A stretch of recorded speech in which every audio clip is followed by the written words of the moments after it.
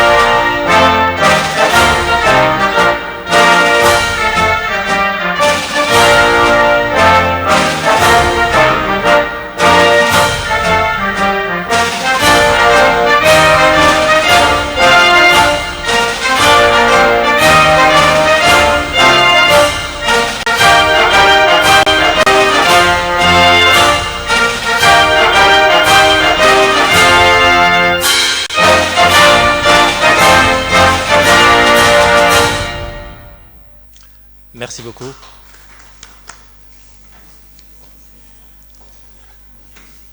Merci beaucoup. Donc, je vous renouvelle mes remerciements pour être ici aujourd'hui, donc pour la tenue de ce colloque. Donc, tout d'abord, je tiens à remercier Monsieur le recteur de l'Université de Béjaïa qui a toujours accompagné nos activités scientifiques que l'université organise. Je remercie sincèrement et vivement Monsieur le doyen qui n'a pas lésiné sur les moyens pour la réussite de ce colloque. Un grand merci à notre chef de département, le docteur Belkessa, pour son dévouement, pour son accompagnement aussi pour nos activités. Je remercie l'ensemble du comité scientifique, le comité d'organisation qui ont travaillé avec dévouement, avec professionnalisme durant toute la période de préparation de ce colloque. Donc je vous dis un grand merci.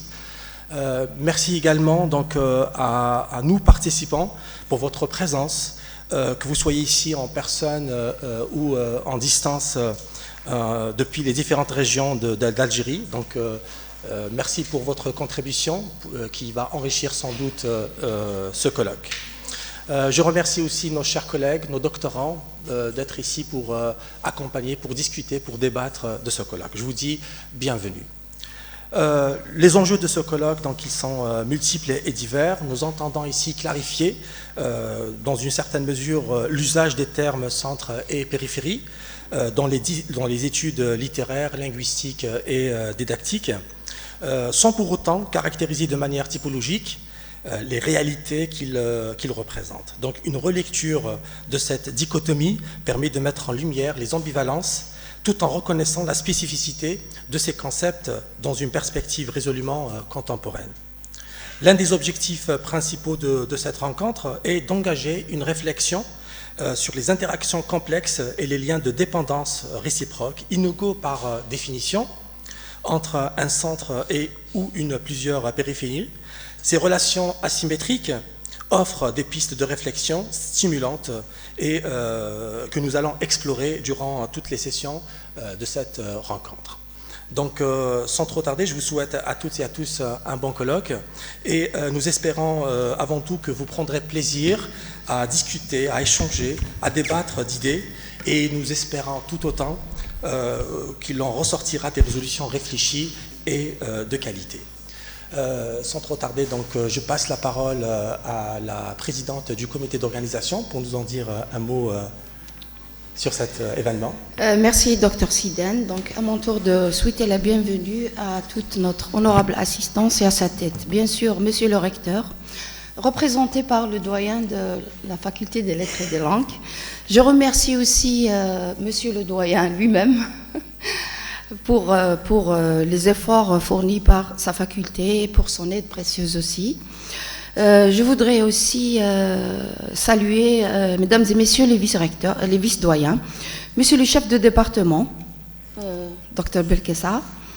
Je voudrais aussi, par la même occasion, dire un grand merci d'abord au staff de la Faculté des Lettres et des Langues, dont l'aide nous a été vraiment précieuse. Mes chers collègues enseignants, nos invités qui viennent des autres établissements universitaires, ils nous honorent par leur présence. Un grand merci aussi et mention spéciale aux partenaires sociaux qui ont permis la bonne organisation de cette journée, à savoir l'entreprise Générale Emballage d'Akbou et l'hôtel Atlantis Béjaïa Aéroport. Donc la parole est au docteur Sidane pour la suite. Bien. Merci beaucoup, Madame Benhaimi. Donc, j'adresse la parole au chef de département de français, docteur Belkessa. Merci beaucoup. Mesdames et messieurs, honorables assistances, chers collègues, bienvenue à ce colloque national sur le thème du centre et des périphéries. La notion de centre et de périphérie revêt donc une importance particulière face aux défis actuels tels que la mondialisation, la question des inégalités et les changements environnementaux. Ce colloque sera l'occasion d'échanger des idées, de partager des recherches et de débattre des dynamiques qui façonnent nos réalités. Nous aurons certainement le plaisir d'écouter des intervenants de renom qui nous offriront des perspectives précieuses. Je vous encourage donc à participer activement aux discussions et à poser des questions lors des séances débat. Je tiens à remercier mes deux chers collègues, Dr Sidane et Dr Touati, pour cette thématique très très intéressante. Et je tiens également à remercier l'équipe organisatrice pour son dévouement. Je vous souhaite à tous un colloque enrichissant. Merci. Merci, docteur Belkessa. Donc, la parole est à notre vice-doyen, docteur.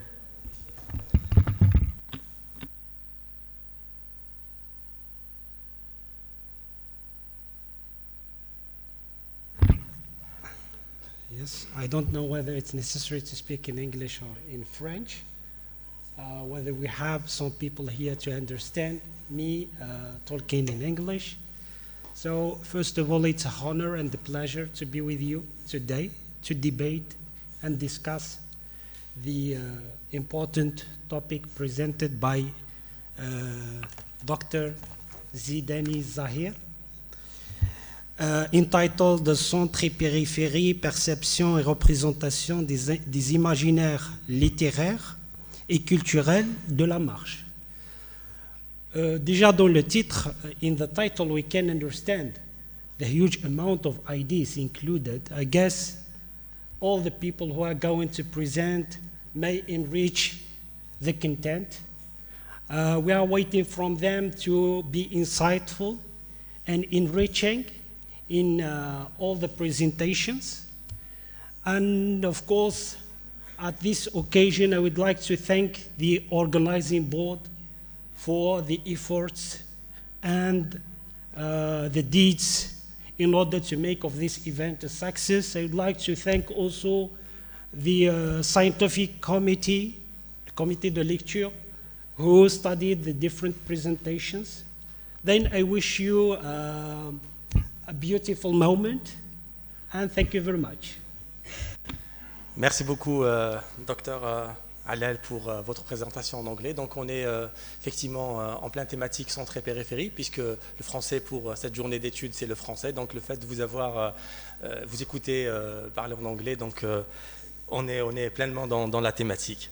Donc, juste avant de donner la parole à notre doyen, donc, je tiens quand même à remercier notre collègue et coprésidente de ce colloque, le docteur Touati, qui n'a pas pu être parmi nous aujourd'hui pour des raisons de santé. Donc, nous lui souhaitons prompt rétablissement. Voilà. Donc, sans trop tarder, la parole est à notre doyen, le professeur Bektash, pour l'ouverture du colloque. Merci, Monsieur le Président. Je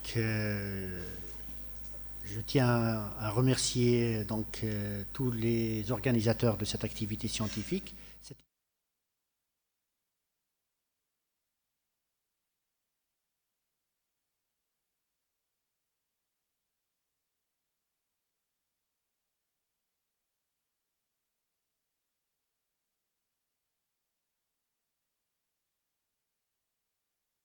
Je remercie surtout les enseignants du département de français qui sont venus justement aujourd'hui, qui ont quand même pris la peine de venir, et ceux qui n'ont pas pu venir parce qu'ils ont des cours, parce que nous avons commencé donc depuis le 24 septembre. Nombreux ceux qui m'ont appelé pour me dire voilà, ils ont des cours, donc ils ne peuvent pas venir aujourd'hui, mais ils vont venir peut-être l'après-midi ou demain matin. Donc, en ce qui concerne la thématique de ce colloque, qui s'inscrit dans la continuité de ce que nous sommes en train d'organiser au niveau de notre faculté, parce que je tiens à rappeler que depuis le mois de mars dernier, nous avons initié plusieurs manifestations scientifiques. Ces manifestations scientifiques s'inscrivent dans le cadre de la formation doctorale aussi, parce qu'un doctorant, il doit justement suivre une formation. La formation ne se fait que dans le cadre de la recherche, la méthodologie, la présentation d'une communication, communiquer, etc. Donc nous avons encouragé cette année particulièrement l'organisation dans tous les départements de la faculté, y compris le nouveau département de traduction et interprétariat, l'organisation de plusieurs activités qui vont toucher à toutes les thématiques, à toutes les spécialités en quelque sorte. Parce que si on parle de spécialité, sciences du langage, didactique et littérature d'une manière globale, donc nous avons essayé de toucher à toutes les spécialités pour que tous les doctorants inscrits dans toutes les spécialités au niveau de notre faculté puissent justement suivre ces activités et se former en même temps. Donc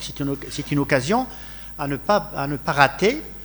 Et c'est la même chose aussi pour nos enseignants qui sont en train de préparer des projets de recherche, des dossiers pour évoluer dans leur carrière, donc pour passer maître de conférence A et professeur.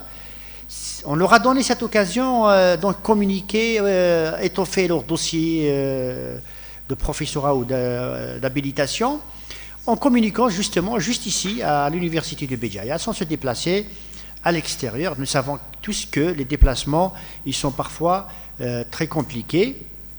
Donc ce qui est intéressant aussi au niveau de notre faculté, c'est ce travail collectif qui se fait entre les 5 départements. J'ai remarqué ici dans le programme, nous avons des enseignants-chercheurs du département de Tamazir, des enseignants-chercheurs du département d'anglais, du département de français. Il y a quand même une dynamique et nous sommes ouverts à toutes les langues, sans exception, toutes les langues à l'échelle internationale.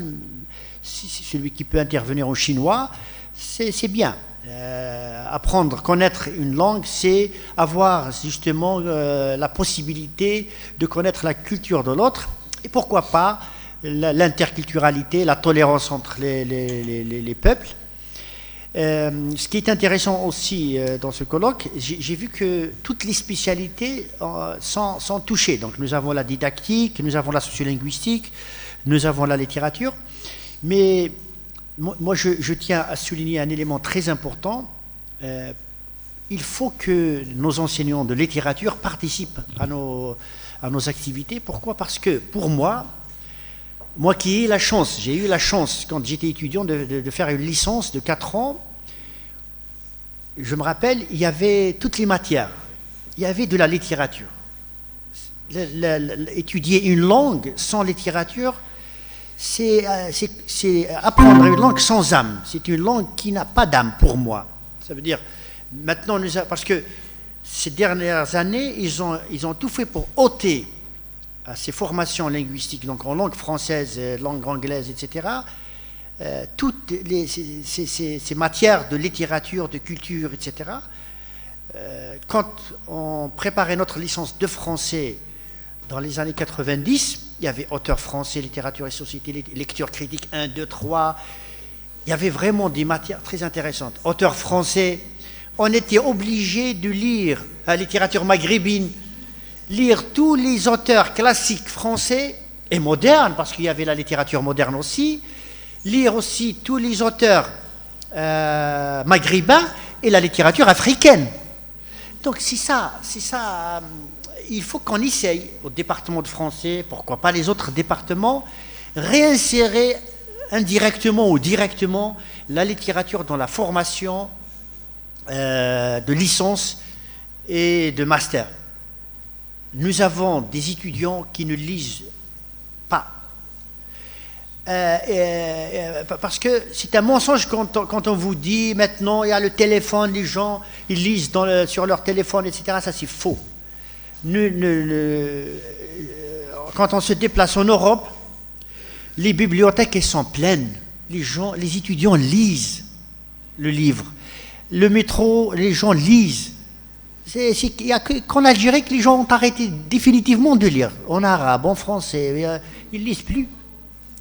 Donc, il faut qu'on essaye, nous, en tant qu'enseignants, au département, surtout les départements de langue, essayons d'encourager nos étudiants à lire. La licence de français, parce que je suis de formation en langue française, elle n'est pas une licence de français si vous n'avez pas lu les classiques, tous les classiques, les auteurs français du Moyen-Âge jusqu'au siècle des Lumières, jusqu'au XXe siècle. Franchement, pour moi, ce n'est pas une licence de français. Parce que l'ENS prépare des enseignants. Mais la licence de français libre, comme on l'appelle maintenant, quand même, c'est une licence qui peut s'ouvrir sur des perspectives de recherche, etc. Donc, merci pour ce colloque. Merci pour le comité d'organisation. À leur tête, mademoiselle Benhaimi, qui a quand même pu nous ramener des sponsors. Donc, nous avons pu organiser une activité scientifique au niveau de la faculté sans qu'on dépense des sous. Ça, c'est vraiment bien. Ça ne m'a pas coûté trop cher, pour une fois. On n'a pas mis la main dans la poche.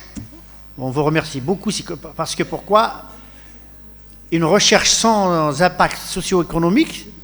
Parce qu'en faisant appel aux sponsors, on les sensibilise en quelque sorte sur ce que nous sommes en train de faire. Ils vous disent c'est quoi la thématique, etc.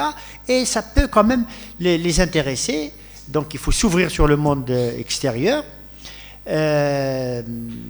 Je réitère surtout mes remerciements à tous les enseignants qui ont quand même participé avec des communications dans cette activité, parce que préparer une communication surtout en début d'année, c'est quand même un travail à faire. Et je tiens à souhaiter un propre établissement à notre collègue Touati, Radia. J'espère qu'elle va nous revenir intacte, très rapidement. Donc sur ce, je déclare ouvert les...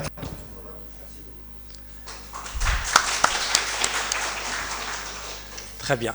Merci beaucoup, professeur Bektash. Effectivement, c'est un travail de longue durée concernant les préparatifs de ce colloque, et c'est grâce effectivement à la collaboration de tous nos collègues, surtout comité d'organisation, qui nous ont vraiment aidés pour arriver justement à tenir cette rencontre. Donc, sans trop tarder, place aux travaux. J'invite le professeur Souhila Ortiran pour sa séance plénière. Merci. Et j'invite aussi les gens peut-être de l'extérieur de se connecter sur les sites qui sont sur le programme s'ils veulent participer, poser des questions ou débattre. Merci.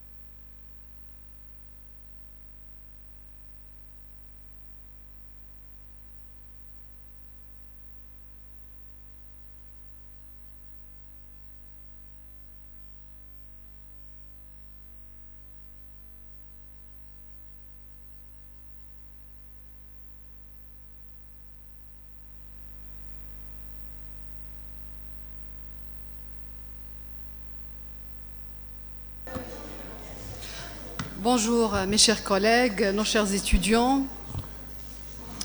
Avant toute chose, je tiens à féliciter les organisateurs de cet événement, chacun en son nom, et à leur tête, monsieur le recteur de l'Université de Béjaïa et monsieur le doyen de la Faculté des Lettres et des Langues. Aussi, je ne manquerai pas de remercier mes collègues, monsieur docteur Sidan Zahir, madame Benhaimi, docteur Radiatouati, de m'avoir invité à participer à cet événement. Invitation à laquelle j'ai répondu avec beaucoup de plaisir, tant parce que cela m'a permis de revenir à l'université de Béjaïa, que je qualifie d'université source pour moi, formation, travail, ainsi de suite, et aussi c'est la thématique qui m'a fortement, quelques soucis techniques, qui m'a fortement intéressée. En effet,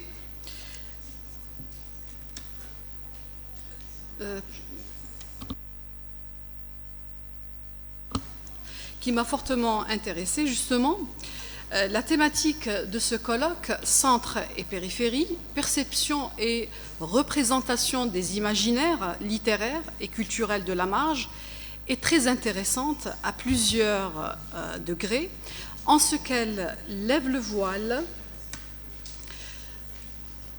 sur la pensée humaine dans son rapport étroit à son environnement. Médias et immédiats. Donc, l'interprétation que l'on fait du monde, si j'ose extrapoler, d'une part, d'autre part, considérer l'imaginaire littéraire qui l'entoure revient à considérer non seulement la vision du monde qui l'a généré, mais bien au-delà. Il s'agit de l'écho lointain d'une perception du monde qui est presque apparue en même temps que l'homme. La Terre est immobile et ce qui lui est extérieur est en mouvement. L'évolution de cette perception s'est constituée dans l'Antiquité en un système cosmologique défendu par Aristote et Ptolémée. Sous le nom de géocentrisme, la Terre est au centre de l'univers, le changement des saisons, le jour et la nuit se font donc par mouvement extérieur. À cette dernière, les mouvements des planètes sont parfaits parce qu'ils sont circulaires. Les mouvements angulaires et rectilignes étant considérés comme brusques. Cette théorie qui a perduré jusqu'au XVIe siècle, parce qu'elle fut remplacée par l'héliocentrisme, nous rappelle ô combien la perception de l'homme est conditionnée par la géographie qui abrite son existence. En effet, la définition la plus récurrente des notions du centre et de la périphérie dans les dictionnaires de langue s'attache en premier lieu à une sorte d'ancrage spatial, géographique, de ce qui est au milieu et de ce qui l'entoure. En guise d'exemple, nous pouvons lire dans le dictionnaire Larousse, donc la définition du centre, nous avons lieu où sont rassemblées des personnes. Nous avons également ville, localité caractérisée par l'importance de sa population, quartier le plus animé. Donc, si on revient à toutes ces acceptions du dictionnaire de la notion du centre, nous remarquons toujours que le centre est lié à une géographie, à une topographie. Quant à la périphérie, c'est le périmètre qui entoure une surface, c'est ce qui s'étend autour d'une surface, ensemble de la zone urbaine située autour d'une ville, pays en voie de développement par opposition aux pays développés. Si on remarque bien justement où on était bien cette définition, nous relevons que toujours la périphérie est définie par rapport au centre. S'il n'y a pas centre, il n'y a pas donc périphérie. De par ces définitions centre et périphérie, on peut se poser la question, serait-il de simples marquages géographiques qui servent l'organisation sociale? Certainement non. En fait, cette dichotomie trouve sa pleine signification dans une autre dimension que géographique. Il s'agit de celle axiologique, c'est-à-dire celle du système de valeurs. Le centre est l'espace du dominant. Quant à la périphérie, est celle du dominé, comme le confirme Nelly Blanchard dans « Qu'est-ce qu'une périphérie littéraire ?» Elle dit Le rapport centre et périphérie n'est pas qu'un centre spatial, n'est pas qu'un rapport au territoire. Il est aussi un rapport à l'espace social et donc un rapport de pouvoir fluctuant dans le temps, tel que décrit par Maurice Aguilon dans Les lieux de mémoire. La dimension géographique, même si elle reste pertinente, semble se situer au second plan par rapport à la dimension sociale. Et effectivement, si nous regardons l'histoire de l'humanité et surtout l'histoire des grandes civilisations, nous relevons que la formation du centre et de la périphérie est certes géographique, mais aussi et surtout, c'est celle de l'histoire d'un pouvoir ou des pouvoirs. Donc, le premier modèle que nous avons, il faut revenir à l'Antiquité. Nous avons donc l'Empire grec, l'Empire romain, les civilisations mésopotamiennes et bien d'autres ont fait de leurs centres-cités, Athènes ou Sparte, Rome, Babylone ou Assur, c'est l'Irak actuel, des centres à la fois politiques, économiques et culturels. Ils se constituent ainsi en des capitales exerçant une influence majeure sur les régions périphériques, laquelle influence pouvait prendre diverses formes, incluant de prime abord la domination politique. Le centre imposait son système d'administration et de justice aux régions périphériques. Le centre diffusait sa culture, ses traditions, son art et sa religion, influençant les cultures locales. Au niveau de l'Algérie, on n'a qu'à voir les vestiges des villes romaines existant encore au niveau de Djemila à Sétif ou au niveau de Timgad à Batna pour voir que la présence romaine, elle ne s'est pas faite seulement au niveau militaire, mais à tous les niveaux de la vie sociale, culturelle, architecturale, religieuse même, administrative et ainsi de suite. Le centre contrôlait les échanges commerciaux et imposait ses normes économiques aux régions périphériques. Aussi, le centre assurait la sécurité des régions périphériques en déployant des forces militaires et en construisant des fortifications. De ce fait, selon ce modèle de civilisation, le centre est loin d'être un point géographique dans une spatialité, comme nous l'avons souligné en amont. Mais il était le siège de pouvoir politique, il était le cœur de l'activité économique, le foyer de la culture, entretenant ainsi avec les régions périphériques des rapports d'échange et de dépendance.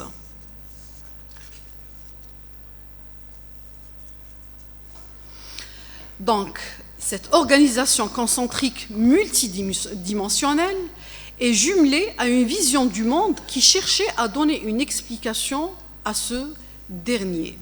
Cette conception concentrique faisait donc que le centre et la périphérie, comme on l'a dit, entretiennent des rapports multiples, échanges commerciaux. Souvent, le centre était le foyer d'une activité beaucoup plus élaborée, beaucoup plus sophistiquée. Donc même au niveau des produits confectionnés, c'était des produits qui jouissaient d'une certaine technicité par rapport à ce que offrait la périphérie. La périphérie, souvent, elle était fournisseuse, si j'ose dire, des ressources brutes comme les matériaux précieux, le bois et les produits agricoles que n'avait pas le centre. La domination politique, on en a parlé, elle revient souvent parce qu'on ne peut pas évoquer le modèle antique sans parler du pouvoir politique. Il exerçait donc un contrôle militaire, administratif sur la périphérie. Souvent, la législation des lois se faisait par le centre et ces lois étaient imposées donc aux villes périphériques. Aussi, comme on l'a souligné tout à l'heure, culture et religion. Tout cela, donc, cette formation concentrique, elle témoigne d'une vision du monde qui cherchait justement à expliquer, à donner une explication au monde. Si on voit le parallèle justement de cette organisation politique, administrative, judiciaire, ainsi de suite, sur le niveau, au niveau religieux, nous retrouvons donc que toute cette vision ou cette obsession de vouloir expliquer le monde se concentrait dans les récits mythologiques. Dans les récits mythologiques, donc cet ensemble de mythes dont l'empreinte est si profonde dans l'imaginaire littéraire universel. Claude Lévi-Strauss explique que les mythes fonctionneraient comme un langage ou un système logique. Dans chaque mythe, des éléments opposés et symétriques se hiérarchisent entre eux et traduisent l'expérience sensorielle des peuples.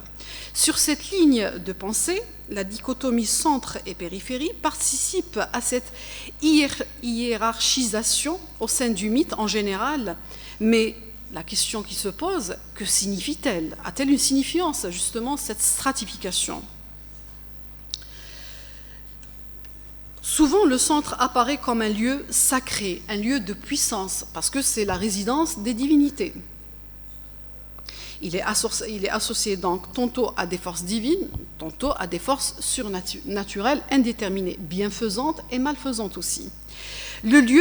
C'est aussi un lieu de connaissance. Il abrite souvent des sages, des oracles ou des lieux de transmission de la sagesse. Il est aussi lieu de protection. Il offre un refuge contre les dangers de la périphérie. Cette charge sémantique que le centre mythologique supporte suppose à la périphérie un sens presque opposé.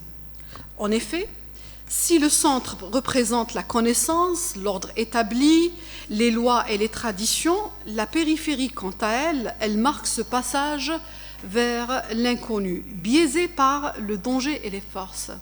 Je ne sais pas si on peut éteindre les lumières pour mieux voir, en fait, parce qu'il y a des explications pour chaque élément.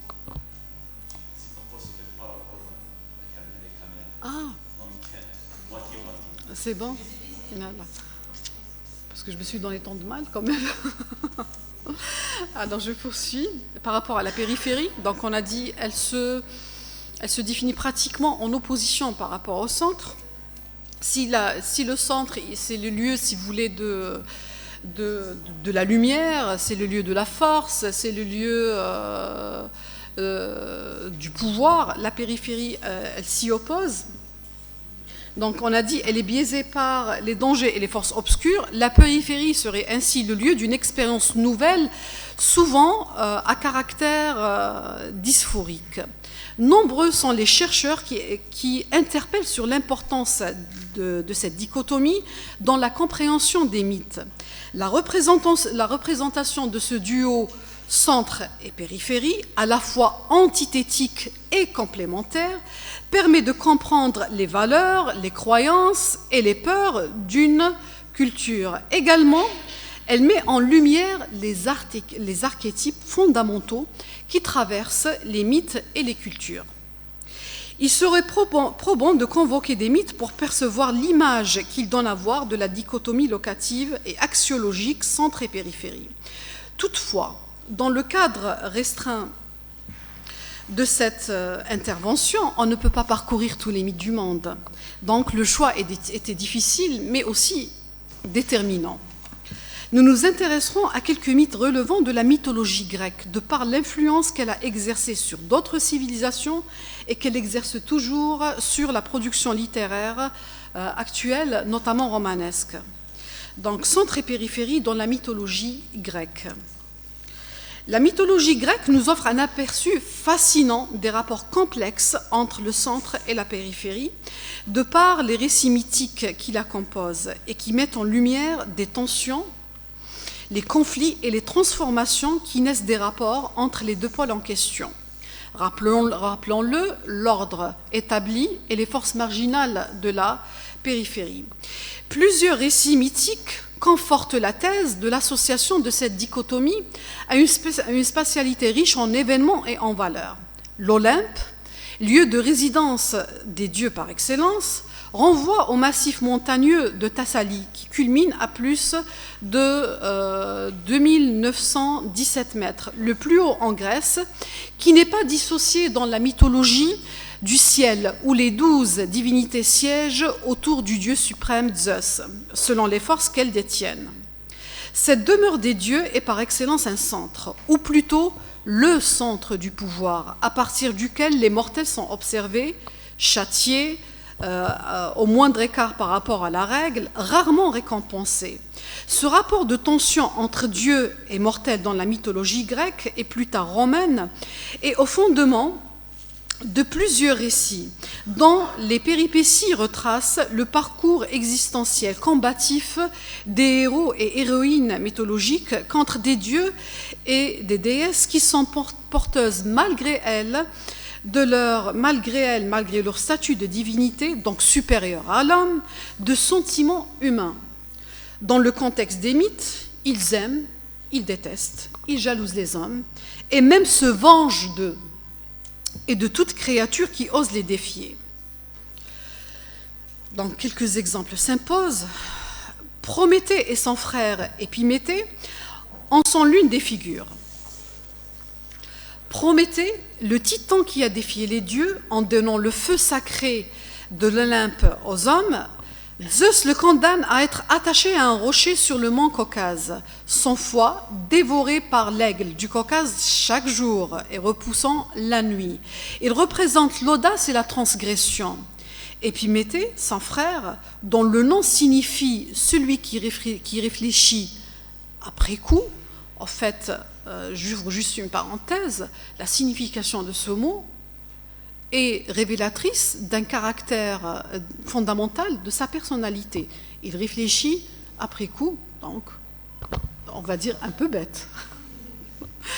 Commet une terrible erreur, il a été chargé par Zeus de doter chaque créature terrestre de dents pour se défendre.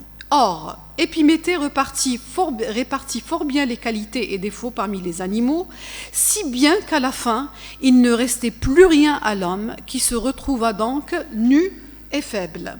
Les deux titans sont exclus du centre, du pouvoir, donc de l'Olympe. Ils sont punis pour leur opposition aux dieux. Un autre centre apparaît dans la mythologie grecque, avec un autre récit bien sûr, celui de Thésée et du Minotaure, ou le fils présumé d'Égée. Thésée quitte la ville-centre Athènes pour l'île de Crète, afin de mettre un terme à un odieux chantage. Tous les 9 ans, Minos, roi de Crète, exige d'Égée un sacrifice pour lui épargner la colère de Zeus.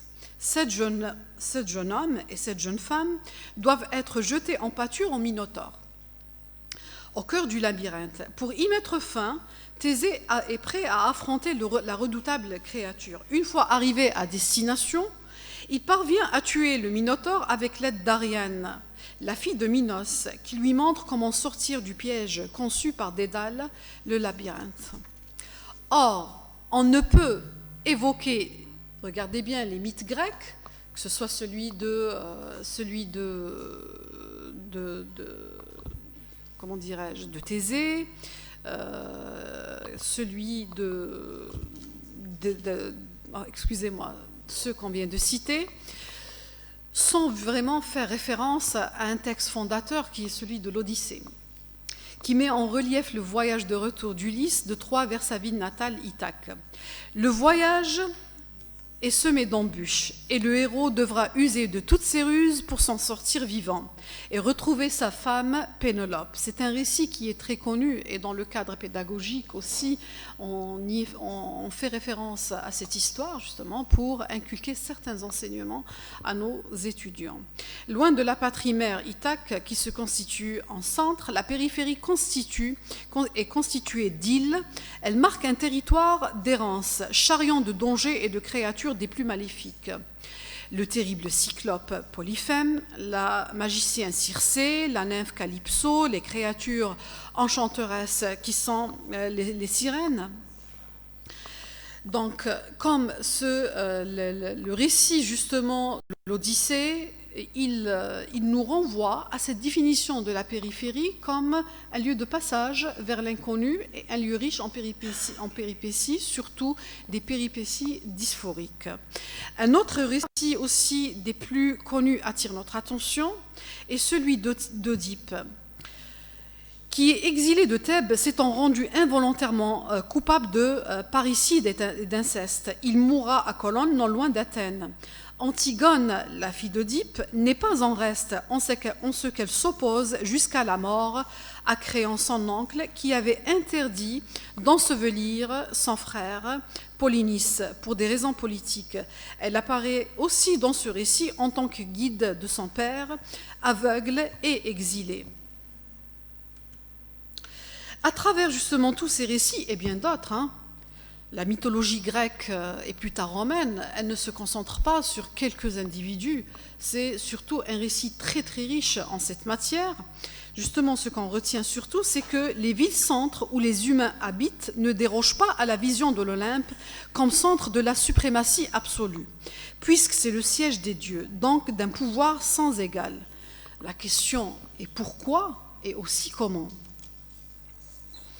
Si on cite Athènes, Ithaque, Thèbes, ainsi de suite, comment justement ces villes-là qui se définissent en dehors de l'Olympe comme le lieu de villégiature par excellence des humains, elles se définissent aussi comme lieu de pouvoir. Donc, comment cela se fait-il?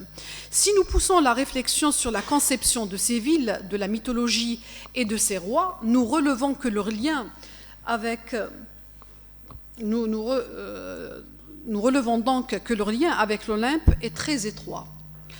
Athènes, espace récurrent dans la mythologie grecque, serait née à l'issue d'une compétition entre Poséidon et Athéna qui l'emporte. Les deux divinités s'affrontent pour déterminer celui qui sera le dieu protecteur d'Athènes, alors appelé Cécropia. Le destin avait en effet décidé que la ville à naître serait très prospère et puissante. Athéna étant déesse de la sagesse et de la raison, possédant la métisse qui est l'intelligence rusée, elle est fille de Zeus. Elle entretient avec lui un lien très proche et parfois même elle le seconde dans la gouvernance justement de l'Olympe. Athéna est l'archétype de la divinité, ce qu'on appelle Polyade. Elle était considérée comme la protectrice de plusieurs cités.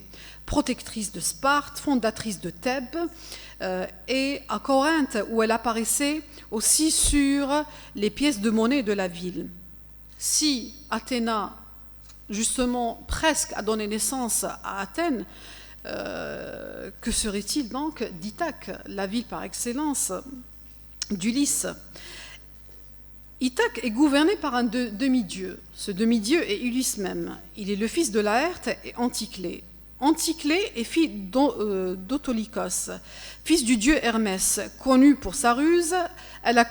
Il a comme conseillère divine Athéna, qui l'aide à surmonter les épreuves posées par le dieu de la mer Poséidon, en guise de vengeance pour l'aveuglement de son fils Polyphème. En fait, souvent en entendant le récit d'Ulysse, que lorsqu'il a été confronté aux sirènes, il a utilisé cette ruse, celle de mettre de la cire dans ses oreilles pour ne pas justement répandre ou pour ne pas être emporté par ce chant fatal.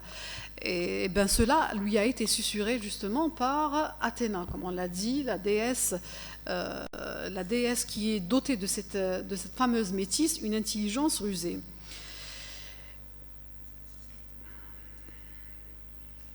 Cette prédominance des divinités sur les villes grecques fait que ces dernières deviennent par analogie des substituts de l'Olympe, donc du centre de pouvoir, de loi et des suprématies, selon le dictionnaire de la mythologie grecque et romaine. Si nous évoquons ces récits mythologiques avec leurs espaces centraux et centralisants, leurs personnages et leur cheminement existentiel, c'est en raison du rôle fondateur que cette mythologie joue dans l'alimentation de l'imaginaire littéraire. En effet, ces récits ont eu une abondante postérité dans les textes pendant et après l'Antiquité, de la littérature classique jusqu'à celle de l'extrême contemporain. Certes, l'inscription de ces récits n'est plus de l'ordre de l'explicite, elle s'y inscrit plutôt en filigrane. Il s'agit de la vision du monde qui les sous-tend et qui surdétermine la dichotomie centre-périphérie, en l'investissant de valeurs à caractère euphorique et dysphorique, lesquelles valeurs reposent sur la dynamique de la suprématie et de la tension des pouvoirs. Dans le champ littéraire, nous identifions justement deux fonctions à la dichotomie centre et périphérie. Deux fonctions interagissantes, puisque l'une détermine l'autre et vice-versa.